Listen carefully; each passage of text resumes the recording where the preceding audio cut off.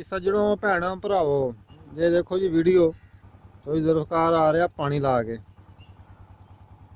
ये देखो ये दो खाड़े जोड़े है जी।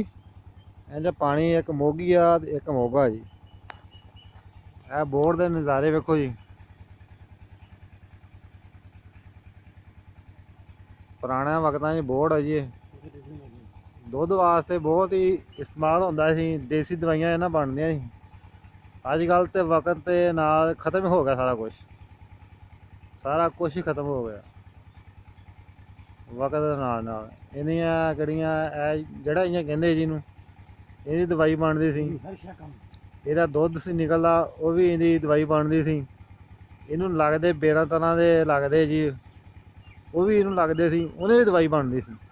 वो भी खत्म हो गया सारा कुछ ही खत्म करता। यह उत्ते लगे माखी दूने लगे जी, रेडी जा रही रवां दा।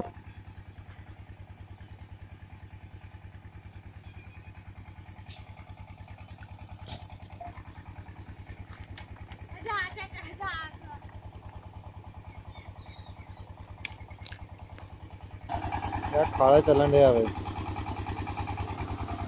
इतों अल्लाह असा अज इंशाअल्लाह अल्लाह दे कोला पानी बनना 7 बजे।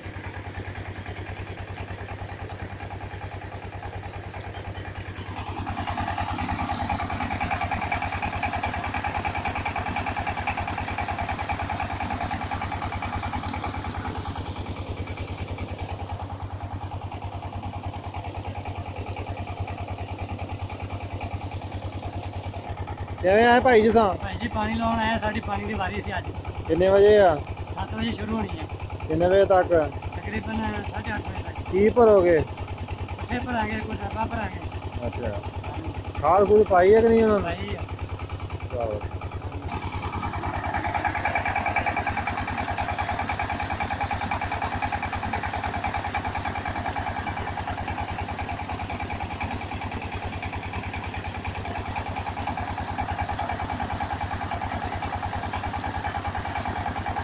टूबल चलन डे टूबल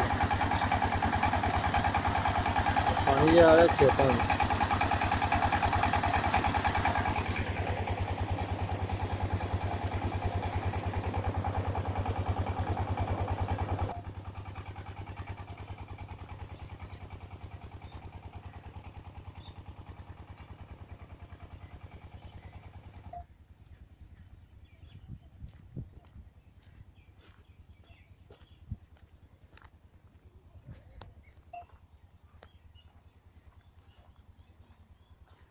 देखो इन्ने सारे खड़ दे आ नरमे नूं पानी लाया जी ते भरिया आ पानी अगे भी हैगा।